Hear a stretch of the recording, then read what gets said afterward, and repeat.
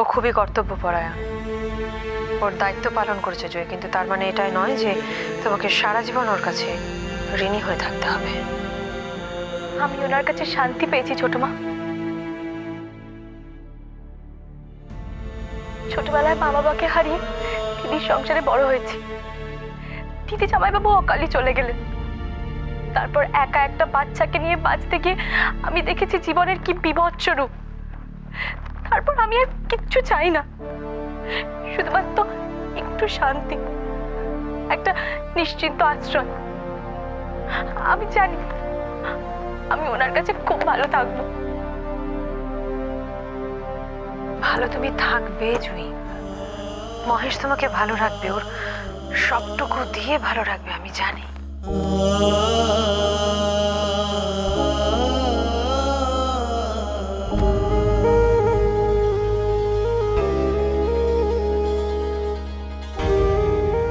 নিজের সবটুকু তো রেখে দিয়েছি। জানি না জুই, কোনোদিনও তোমাকে সেই জায়গা দিতে পারবো কিনা। তবে যে ভরসা তুমি আমাকে করেছো, যে শ্রদ্ধা সম্মান তুমি আমাকে দিয়েছো, তার অমর্যাদা হবে না কখনো, এটুকু কথা দিতে পারি।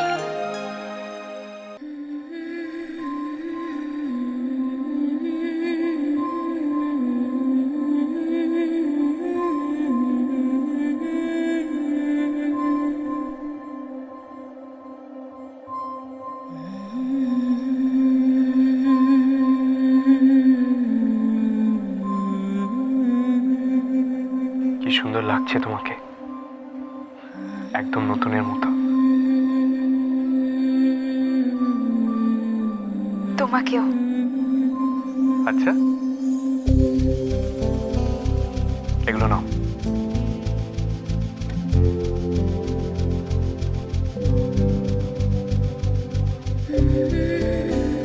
এসব এসব কি? এগুলো পরে নাও।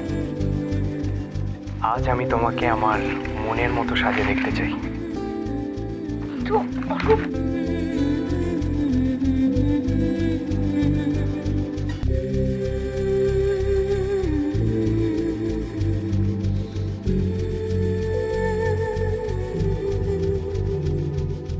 এটা তো খুব দামি। তোমার দাম আমার কাছে এগুলোর থেকে অনেক বেশি। এগুলো তো খুবই সামান্য। হ্যাঁ, যদি পারতাম তাহলে নিজের প্রাণটাও তোমার পায়ের কাছে রাখ।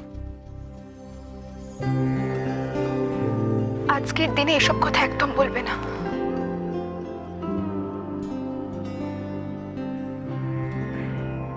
এই উপহারগুলো পছন্দ হয়েছে তো? খুব পছন্দ হয়েছে। তাহলে আমাকে সেজে দেখাবে। অরূপ, আসলে ছোট মা আজকে এগুলো আমাকে আজকের দিনে শুধু তুমি আর আমি, আমাদের মাঝখানে তৃতীয় কেউ আসবে না। আজকের দিনে এটুকু রিকোয়েস্ট তো করতেই পারি, তাই না?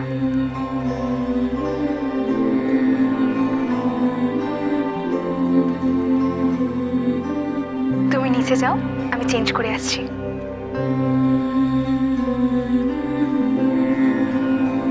ওয়েট করবো।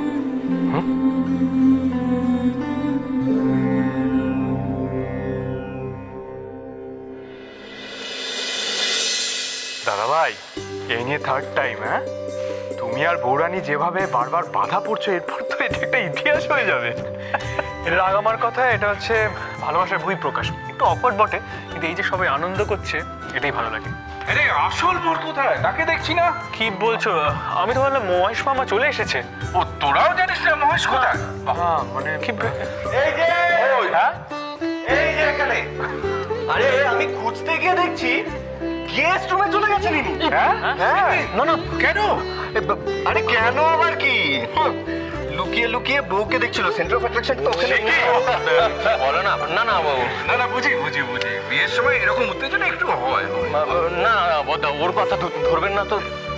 কিন্তু মহেশ, তুমি যে শুভ দৃষ্টির আগে কোণের মুখ দেখে ফেললে, এটা কি ঠিক করলে? না জামাইবাবু, মানে আমি কিন্তু ওইভাবে দেখিনি। আসলে সবাই কত আনন্দ করছিল, আমি সেটাই দেখছিলাম। ঠিক আছে, আলাদা কথা কিন্তু আলাদা আচ্ছা দাঁড়াও দাঁড়াও, প্লিজ তোমরা কি এখানে গল্পই করবে না এনাদের দুজনকে পিড়িতে বসাবে? চলো চলো বসে পড়ো বসে পড়ো বসে পড়ো।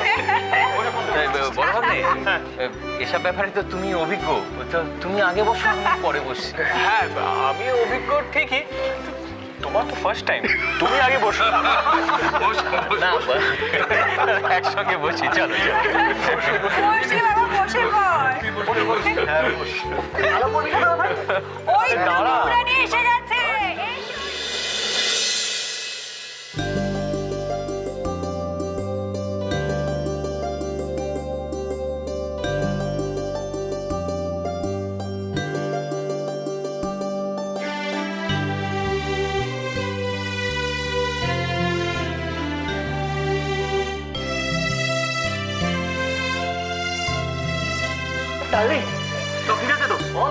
হ্যাঁ সব ঠিক আছে, শুধু তোমাকে আর নাচ জামাইকে যা সুন্দর দেখাচ্ছে, মনে হচ্ছে আরো দুটো পিঁড়ি নিয়ে তোমাদেরও আরেকবার বসিয়ে দিই।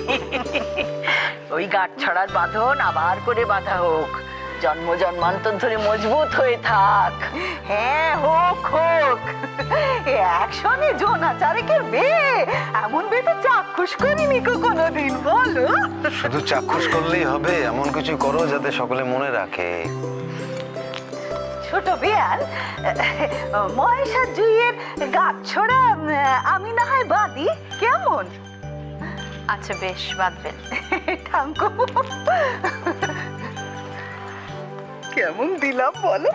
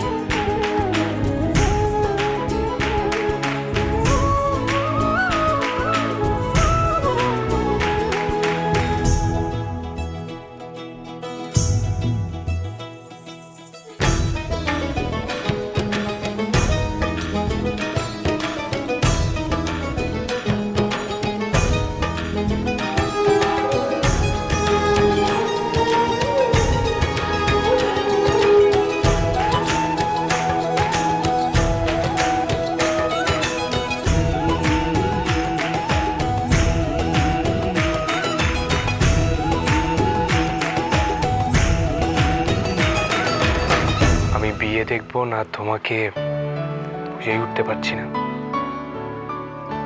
চোখই সরাতে পারছি না তোমার থেকে। এত সুন্দর লাগছে তোমায়। আর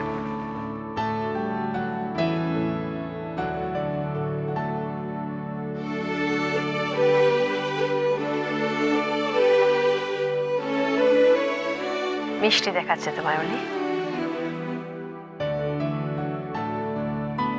কিন্তু আমি যে শাড়ি আর গয়নাটা দিলাম সেটা পরলে না। আসলে ছোট মা, এই সেটটা আমাকে ও দিয়েছে,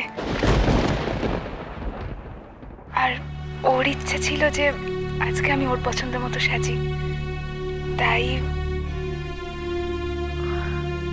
খুব সুন্দর।